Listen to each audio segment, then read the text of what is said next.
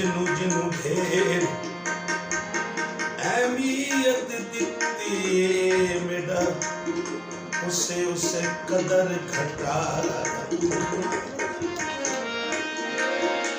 बेलो उस प्यार दा आज वक्त ही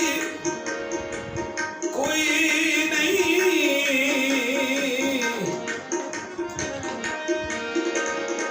ज़ेन इस नुक्ते ताई आया इस ढेर नज़ीर शराफत को